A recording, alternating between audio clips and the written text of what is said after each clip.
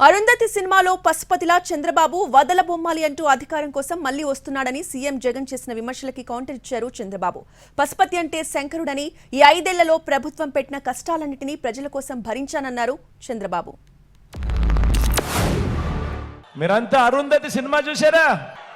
ఆ అరుంధతి సినిమాలో సమాధిలో నుంచి లేచిన పశుపతిలాగా ఇప్పుడు అధికారం కోసం చంద్రబాబు నాయుడు అనే పశుపతి 5 ఏళ్ల తర్వాత లేచి వచ్చి వదల బొమ్మాలి వదల అంటూ పేదల రక్తం పీల్చేందుకు ముఖ్యమంత్రి కుర్చీని చూసి కేకలు పెడతా ఉన్నాడు ఈ పశుపతి అన్నాడు. ఆ మాట విని నవ్వుకున్నా. పశుపతి అంటే ప్రపంచాన్ని కాపాడినటువంటి శివుడు.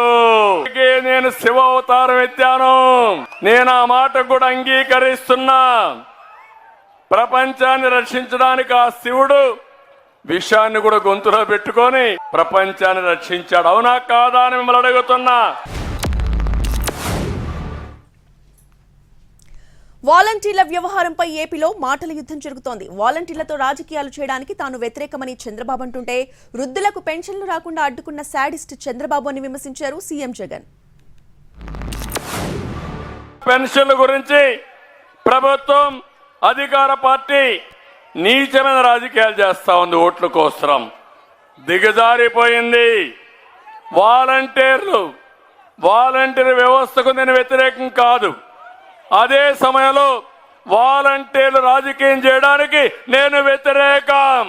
ఆ వాలంటీర్లను కూడా ఇదే పెద్ద మనిషి చంద్రబాబు నాయుడు గారు పథకం ప్రకారం ఎలక్షన్ కమిషన్కు నిమ్మగడ్డ రమేష్ అని చెప్పి తన మనిషి చేత లేఖలు రాయించి ప్రెజర్ పెట్టించి ఏకంగా వాలంటీర్ అనేవాడే లేకుండా, వ్యవస్థ అనేది లేకుండా ఏకంగా రద్దు చేసిన పరిస్థితులు కనిపిస్తూ ఉంటే, ఈరోజు ఆ అవ్వాతాతలు ఆ పెన్షన్ అందుకునేందుకు, నడవలేని వయసులో ఉన్న అవ్వాతాతలు పెన్షన్ అందుకునేందుకు ఈరోజు పడతా ఉన్న అగసాట్లు చూస్తూ ఉన్నప్పుడు, ఈ పెద్ద మనిషి చంద్రబాబు నాయుడు గారు మనిషా లేదా ఒక సేడిస్తా అని అడుగుతా ఉన్నాను ఈ సందర్భంగా.